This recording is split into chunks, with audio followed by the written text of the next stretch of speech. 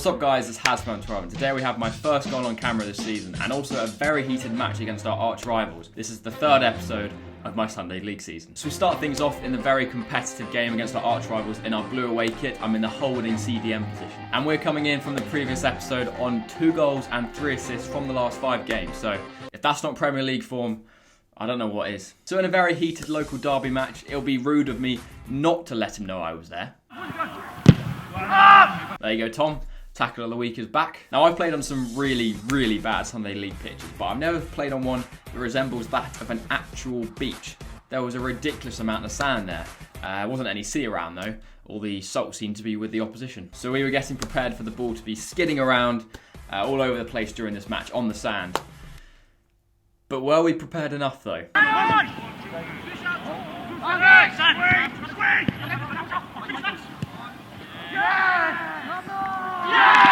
Yeah, that's when you really, really wish you hadn't brought out the bright red boots.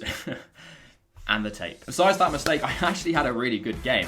Mopping up of the play, winning a lot of the fouls, putting a stop to most of the attacks, getting a lot of beatings on my legs in the process. I was really growing in confidence, despite not having played centre mid for pretty much any of the games this season. In fact, I'm actually going to go out and say this is the best half of football I've played this season, even though I made that big mistake. But of course, we can blame that on the sand. And if you think I'm exaggerating, just sit back and watch this clip. So we were on the attack and I thread a cute little ball through to Josh. Unfortunately, his delivery isn't quite there, but then Recklesham tried to break out. I'm there to block the counter. And oh look, who's there again to keep the attack alive? Over the top, ball to George to please the travelling away crowd. Lovely ball, Harry. I feel like it's starting to become a very common theme for our team to be creating loads of chances, but just successfully missing every single opportunity we create. But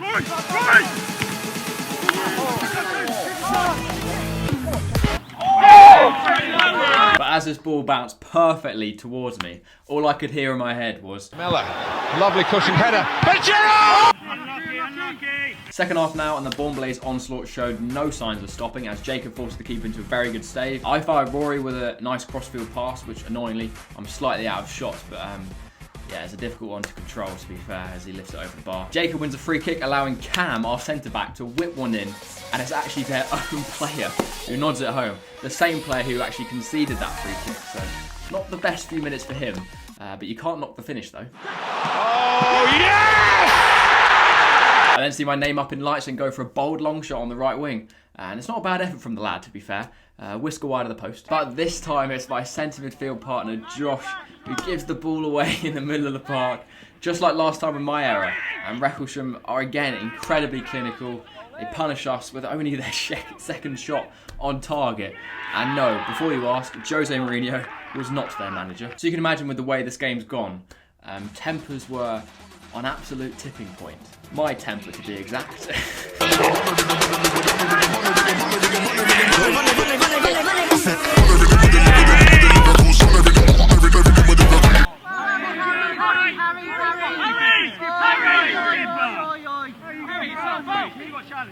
He didn't want it, in fairness. Still, I would like an explanation of that free kick. It's one of the best challenges I've ever done. I couldn't have won the ball any cleaner. No problem though, as I knew Joff would have had the free kick covered. This same player that I just had a tussle with then gets hold of the ball on the edge of the box and absolutely places one into the top corner. I mean, that's just a class finish, to be fair. But yeah, I had felt better at this point, I think it's fair to say. Joe then gets prime Sunday League treatment, which allowed Cam to pull one back in added time with an exquisite header, and that's now a goal and an assist for Cam, the centre-back, so pretty good performance if you ask me. But when we went to collect the ball to speed up the play, I don't think I've ever been more proud of capturing a single GoPro shot. Psych, follow your man! Give it a kick. Oh, fucking kick it out! Fuck off! Let me kick it out! All I've done is get it out there. Unfortunately, that was the last kick of the match. Wasn't enough time to try and grab the equaliser, but there's still something to laugh about. I got to send another player to my ever-growing casualty list, but Cam obviously thought sending them to a hospital was much more appropriate. Oh my god. So for the second game of the episode, I'm actually wearing the new home shirt this season. I've got number 5. as you can see, replace the number 3 as it was just the spare shirt in the change room. But I am tempted to switch to number 12, repping the Hasman 12.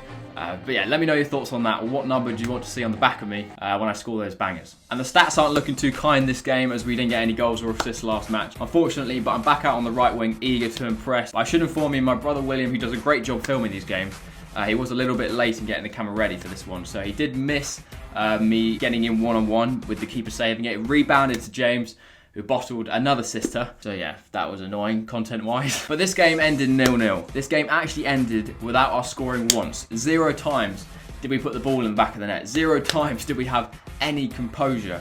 1,000 times their defence got let off the hook. We have crossbar hits, sitters fluffed, 1v1s wasted. Yeah, this was a job well done even for us. Although I suppose one positive throughout the entire match, we never gave up. So in the last kick of the game, we found the back of the net.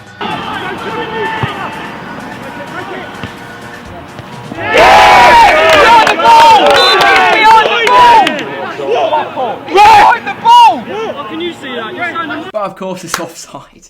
Of course it is. But let me know genuinely your comments down below. What do you think of that decision? As I really have no idea. But as we all had no idea on the pitch, of course, such a tight call in the last minute, I think the ref definitely made the right decision in consulting their substitute, who's clearly a very qualified linesman. Oh well. At least we didn't have a Higuain incident. Now the third and final game of this episode is a bit of a special one, and I don't think it takes a genius to figure out why. A little bit of background if you're new. I've played for my Sunday League team, Bourne Blaze, pretty much my entire life, but I've never scored for them on camera. It's basically the opposite of a superstition. I've unlocked defences with countless assists, put endless casualties into hospital, buried fullbacks' careers deep beyond repair, and what were we talking about? But the point is, I've never found the back of the net whilst being filmed. And well, I think I'll let the football do the talking.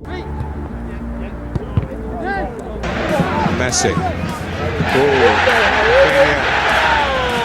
His arm's been pulled or he's been dragged back. It's a mistake by Bernat. It's let Messi. What's the difference for Barcelona? There were one or two signs. He's not even on it.